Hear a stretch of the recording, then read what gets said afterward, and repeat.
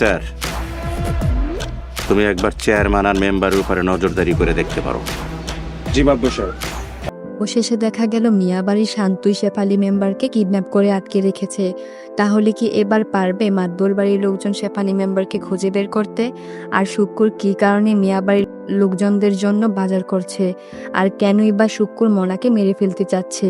কি হতে চলেছে গবরে পদ্মফুল নাটকের সিজন 2 এর 8 নাম্বার পর্বে, এবং 8 নাম্বার পর্বটি কবে প্রকাশিত হবে, আপনি কি করলে সবার আগে দেখে নিতে পারবেন, এসব কিছু জানিয়ে দেব আজকের এই ভিডিওতে। তাই আজকের এই ভিডিওটি সম্পূর্ণ দেখতে থাকুন। হ্যালো ভিউয়ার্স, আসসালামু আলাইকুম। সকলে কেমন আছেন? আশা করি প্রত্যেকেই খুবই ভালো রয়েছেন। তো অবশেষে দীর্ঘ অপেক্ষার পর আবারও আপলোড হয়ে গেল আপনাদের গবরে পদ্মফুল নাটকের সিজন 2 এর 7 নাম্বার পর্বটি। যারা এখনো 7 নাম্বার পর্বটি দেখেননি তারা দ্রুত দেখে নেবেন। তো 7 নাম্বার পর্বটিতে খুবই ধামাকাদার হয়েছে।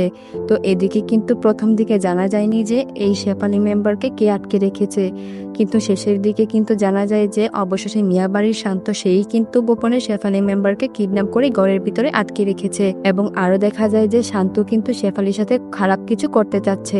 তাহলে কি সত্যি সত্যি শান্ত শেফালির চরিত্রে দাগ লাগাবে? তো আপনাদের কাছে কি মনে হচ্ছে অবশ্যই কিন্তু কমেন্ট করে জানাবেন। এবং শেষের দিকে আরো দেখা গেছে যে এদিকে যে শুক্কুর সে কিন্তু মিয়াবাড়ির লোকজনদের জন্য বাজার করছে। তো সেটা কি কারণে করছে সেটা আপনারা আগামী 8 নাম্বার পর্বে দেখতে পারবেন। এবং আরও দেখতে পারবেন 8 নাম্বার পর্বে শুক্কুর সে কিন্তু মনাকে মেরে ফেলতে চাইবে। তো সেটা নিয়েও কিন্তু খুবই ধামাকাদার হতে চলেছে 8 নাম্বার পর্বটি। তাই কেউ 8 নাম্বার পর্বটি মিস করবেন না। তো এখন আপনারা জানতে চাচ্ছেন 8 নাম্বার পর্বটি কবে আসবে।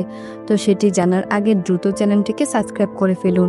তো বন্ধুরা, আপনারা আগামী এপ্রিলের 27 তারিখ বিকাল 3টা 30 মিনিটের মধ্যে ঈগল ওয়েব সিরিজ ইউটিউব চ্যানেলে পেয়ে যাবেন নাটকটি। আশা করি বুঝতে পেরেছেন। আবার দেখা হবে নতুন কোনো আপডেট নিয়ে। তো সকলে ভালো থাকবেন। আল্লাহ হাফেজ।